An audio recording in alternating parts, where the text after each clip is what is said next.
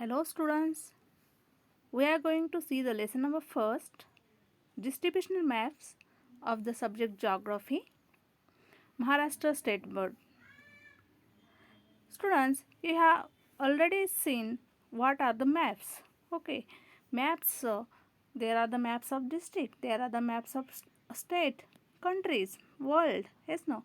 So distributional maps means what? The distribution of the variables which are shown on the maps that are called as distributional maps.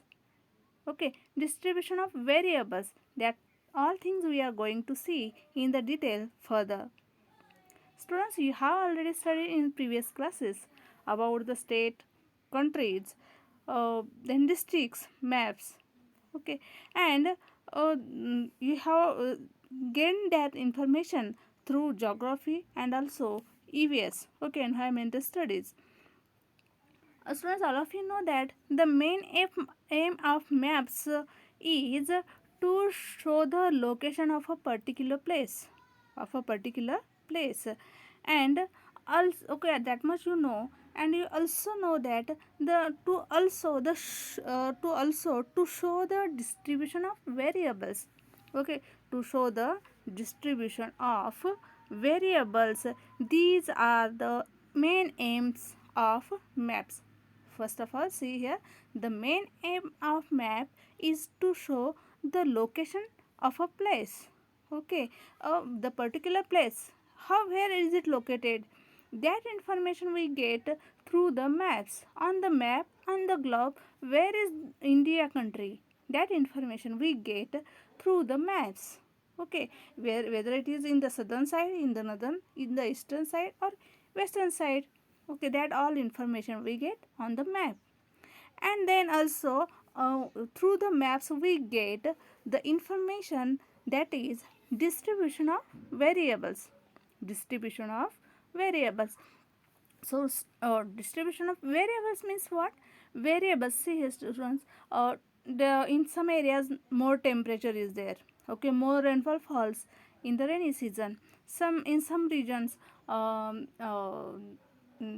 wildlife is more, okay, that all things, when these things are shown on the map, that are called as variables, that are called as variables. Variables which are the temperature. All everywhere on the earth the same temperature is not there. Rainfall also is not same all over the world. Okay, then to showing that information, okay, these information when it is shown on the map, that maps are called, okay, means special themes are used here, no, that is with the temperature only the map is made, means with some themes these maps are prepared, and that are called as thematic maps. These are called as thematic maps. Keep this in mind students. Variables means that temperature is one variable, that the counting of cattles, okay, cattles, these are the this is one variable.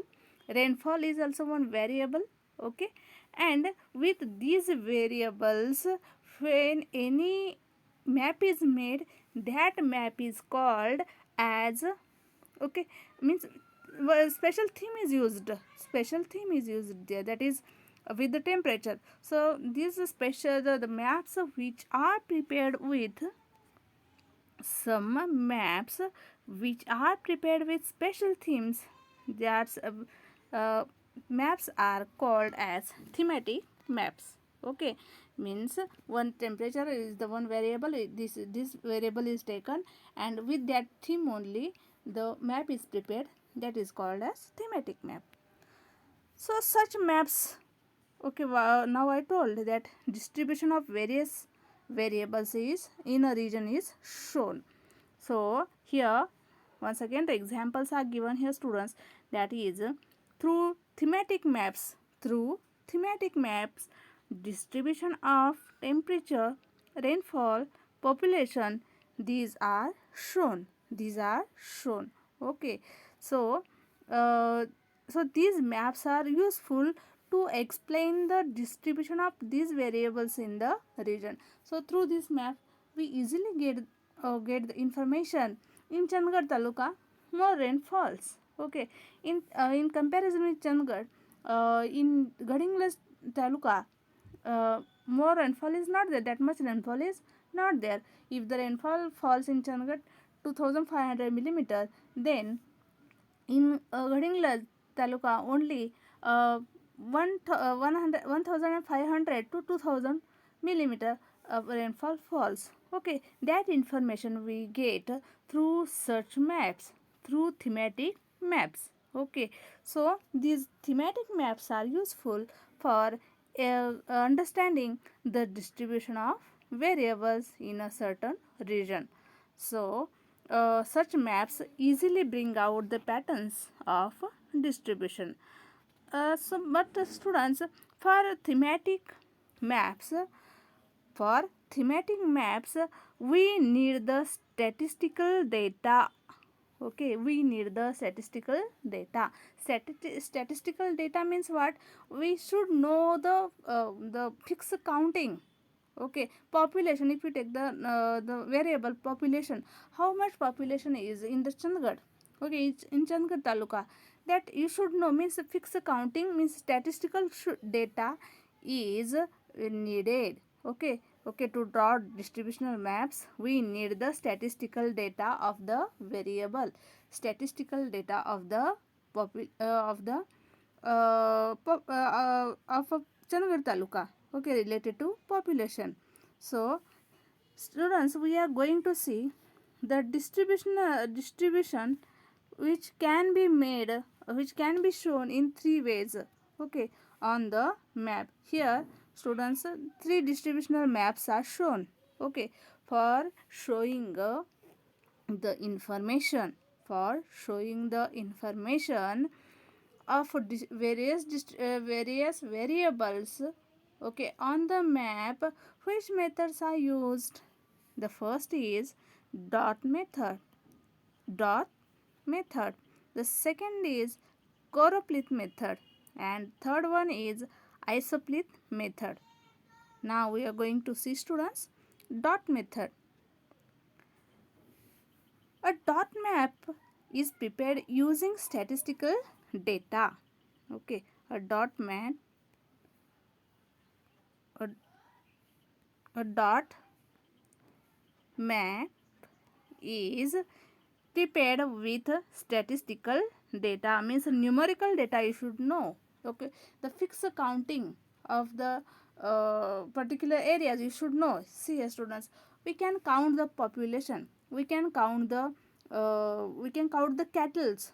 Okay, in a particular region, but we can't calculate, or we can't count the rainfall in a particular region. Okay, very fixed. Okay, means which cannot the exact rain falls here only. Okay, in this particular area.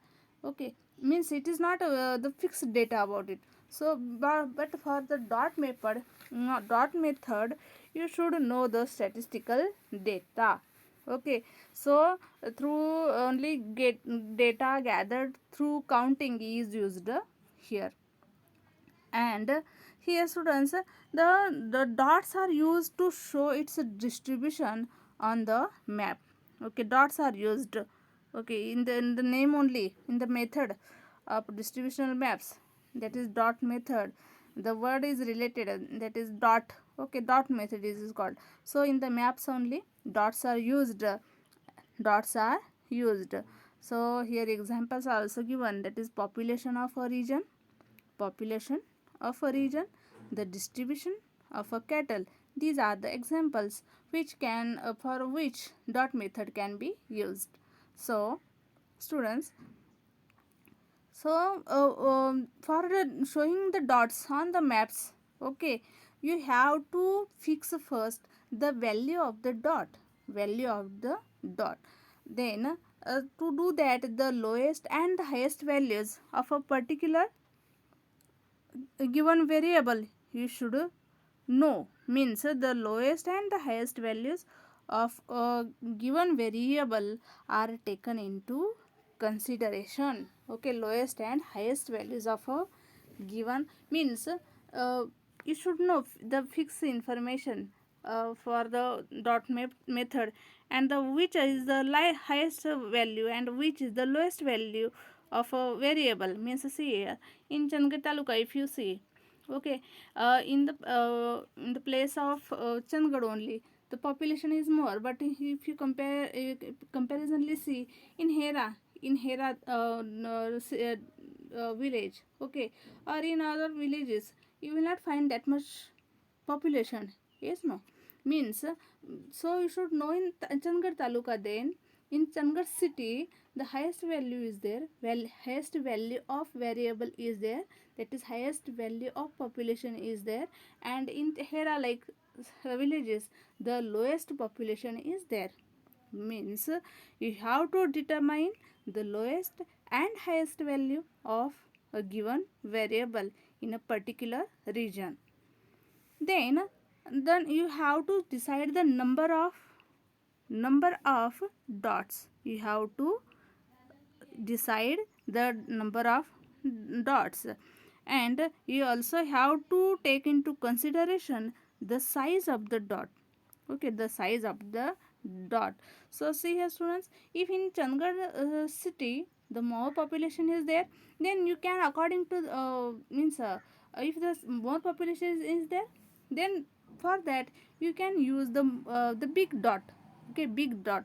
And in Hera or in Jambre more population is not there, then you can use the small dots there, small dots there. So the density of the variable and the scale of map also you have to take into consideration. Okay, so where the variables will be more, where the more population is there, there will be the density of that variable. That variable means that is population. Density of that population or density of that variable means dot will be more in a particular region. And also you have to fix the scale of a map. You have to fix the scale of a map. Then you also have to take into consideration the number of dots. Okay, and the if it is needed, you have to make the sub administrative units. Okay, if it needs, okay, means the sub administrative units you have to make. Then students, some precaution you should take while you are making the map, that is the size of a dot should be uniform. Okay, the size of a dot should be uniform. Means if you are using the same size, okay, same size for a particular region, okay, that size shows how, means decides that size of the dot decides how much population is in a particular area. Okay, and that's why you have your size of the dot should be uniform, means same if the population is same in a particular region. Then you also have to see the distribution of physiography, water sources, transport system, etc. And then after you have to place the dots on a map. Okay, then say students, you also have to study first the map, physical map of a particular region. Okay, why is it needed to see the physical map of the that particular region? Because see, if hilly area is there, okay, in Chandigarh Taluka also hilly area is more here. So in that area, the you will not find the more population there. And if you see only that in a particular in the northern side of the Chandigarh the population is not more, but hilly area is more. So in the hilly area there will not be any population, yes, no. So you have to take into consideration, and if you are showing that in that hilly region you are showing the dots there, then it will be wrong. So you have to see the physiography. You have to see the physiography of a particular region. Then water, if the water sources are there, water sources, okay, if what big water bodies are there in that, means in that particular, if the water source is spread in a 4 to 10 kilometer areas, okay, in that area then will not be any population. So that you have to see transport system is there or not. Okay, in the transport system, means in the big transport system, there will not be any living being. So you have to take into consideration all these things while placing the dots. While placing the dots, see here example, one example I'll tell you, that if the sea is there, if the sea is there, and you know that how the big water body it is, yes, no, and if you are showing any dots or population in that area, okay, in the where the water bodies are there, okay, can you say that, or can you place the dots there where the sea is there? No. That's why it is needed to study the physiography of a particular region. Then students, most of the times, okay, most of the times, while showing the population distribution, okay, for rural population, dots are used and circles are used for showing urban population. Okay, for rural population, dots are used and circles are used for showing urban population. Why is it so, students? Obviously, students, in urban population, more urban area population is more, and that's why the size of the dot shows the more population. Okay, how much the big circle is there, that much population it show, and how much the small dot is there, that show the low population. Okay, so it that's why the size of the dot decides how much the how much the population is there, or how much any variable is there. So in this way, students, the dot method, uh, it is most suitable for the variables which is freely scattered across the region. Okay, and you can show the easily on this method, okay, these variables like population, cattle, okay, this way. Now students, we will stop here.